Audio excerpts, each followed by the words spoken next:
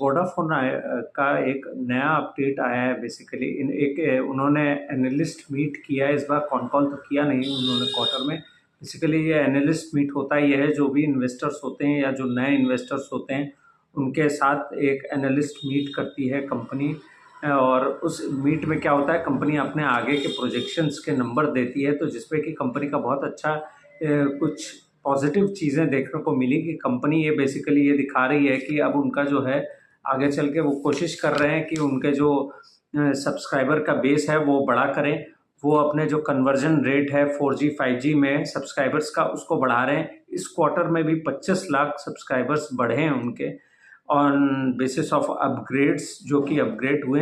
हालांकि कंपनी के काफ़ी हद तक सब्सक्राइबर्स पुराने निकल गए हैं। मैं आपको एक बात और कहूँगा कि अगर टोटल उनके सब्सक्राइबर के नंबर को देखेंगे तो उसमें 20% ऐसे सब्सक्राइबर हैं जो कि 2G सब्सक्राइबर थे और वो इनएक्टिव होकर पड़े हुए हैं। वो हैं कि नहीं हैं, लेकिन कंपनी के नंबर में वो ऐड ऑन हो रखे हैं। Basically 19.2 million subscriber total number है, उसका 20% जो है वो ऐसा है कि जिसको आप ऐसे कह सकते हैं कि वो माने वो है नहीं, बेसिकली इनएक्टिव होकर पड़े हुए हैं।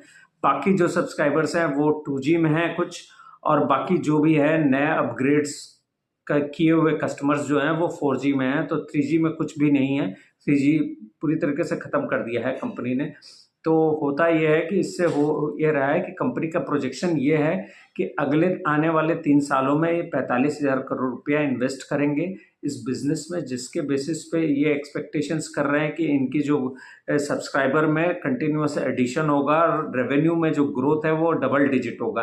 तो रेवेन्यू में अगर डबल डिजिट का ग्रोथ ये दिखाते हैं तो उसकी वजह से कैश एबिटा का इनका जो कि इनका कहना है कि जो अभी हमारा कैश एबिटा लेवल है जो कि 2300 करोड़ के आसपास है, तो उसको वो ट्रिपल कर देंगे आने वाले 3 सालों में। तो बेसिकली कंपनी का जो पॉजिटिव आउटलुक ये लग रहा है कि उनको अगर बैंकों से मदद मिल गई लोन के बेसिस पे, तो वो इस सब्सक्रिप्शन एडिशन के बल पर अपने ARPU को भी आप देखेंगे, ARPU भी कंपनी का बढ़ता हुआ दिखा। तो एक छोटा सा अपडेट था आप सबके लिए, जिससे कि ये क्लैरिटी मिल रही है कि कंपनी आगे की तरफ पॉजिटिव दिख रही है। कुछ भी पहले से एक्सपेक्टेशंस नहीं करेंगे, कंपनी को एग्जीक्यूट करने दीजिए। कंपनी जो बोल रही है, कंपनी के पास ऑलरेडी इस साल में लगभग 9,000 साढ़े 9,000 करोड़ रुपया आना है, जो कि NCDA इन्होंने रेज किया है और जो वोडाफोन से इनको मिलना है।